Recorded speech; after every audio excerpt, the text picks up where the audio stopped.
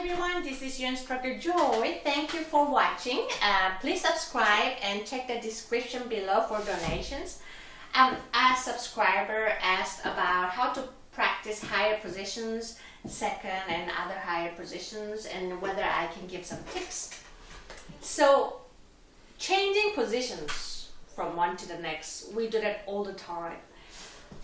You have to remember, when you move your position from one to the next, either from shifting up or down,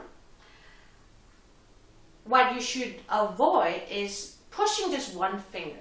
Sometimes that's a common mistake that happens a lot in my teaching studio. Let's say you're going from first position to the third,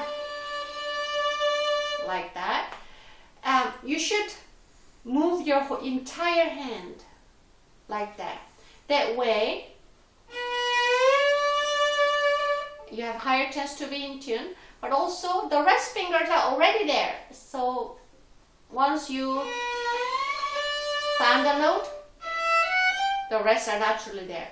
But common mistake is a lot of violinists are so focused to find the landing note in tune, so they forget the whole movement of moving the entire hand. They just push one finger like this. Like, do you see that the problem? I may have gotten it, but my hand is completely behind. Sooner or later, the next one that I'm playing, I'll be in trouble. Or I have to move it again, which every movement risks intonation. So when you shift to any position, up or down, learn to shift with the entire hand, number one. Number two, another common mistake that a lot of violinists make is the fingertips are too heavy. When fingertips are too heavy, when the fingertip is too heavy, it's hard to slide it easily. Therefore, you'll be stuck. Therefore, it's harder to control and most likely to be out of tune.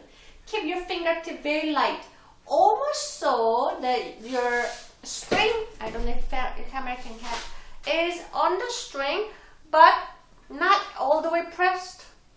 Then once you find the note, then go in. Again, like this, slightly lift it up, but still the fingers on the string, like a railroad, sliding up and then press it. So now, this is how light the fingertip should be, like this, like that. Often the fingertip is too heavy, therefore it's hard to make it into. So that's a general guideline that you can take.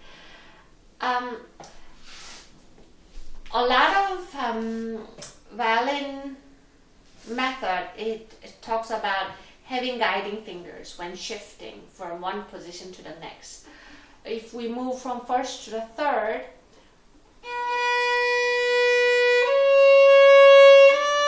and then you would take your third finger, then go to that one. So this one would be the guiding finger. When you come down, now this one, guiding finger, and then while you're doing guiding finger, you'll make sure your thumb kind of goes as a forerunner, not like that. Thumb goes first, like that. That's generally that you can take it. Dounis, D-O-U-N-I-S. Dounis talk about shifting exercises.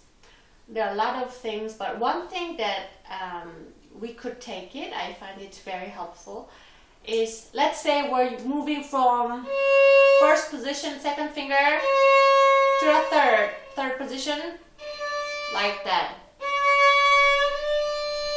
So let's say we're having a hard time.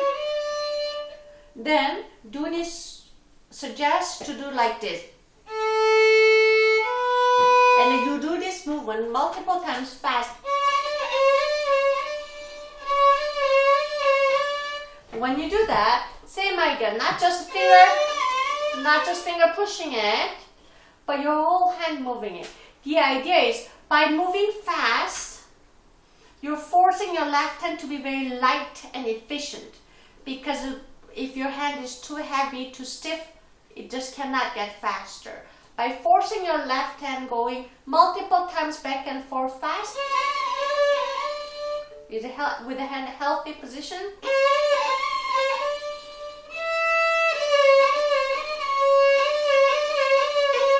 like that, it's teaching your left hand how to be relaxed. And that I find it that can be very helpful. Also, Dunis talks about just simply learning or mastering the distance, a physical distance.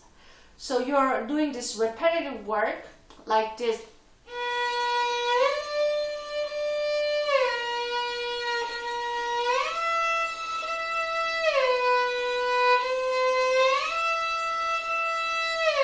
So simply teaching your muscle the distance from one position to the next. Here, very important to keep your shoulder very relaxed, just very nice and relaxed. No one of this grabbing stiff, just simple sliding with the whole hand, not just one finger, like that. By doing that, you're teaching your muscle where to go. That way your muscle will remember the distance. Dunis has a little more, he has a little more into that. There's a lot of exercise, but that's basically what it boils down. And you can try that one as well. Shifting to many different positions is something that takes a little time, depending on each violinist, but just mastering a good intonation of third position, I find it takes easily maybe 3 to 6 months, sometimes a little more. So the more position, each position, I find it takes 3 to 6 months to master. Of course, I mean, overly generalizing.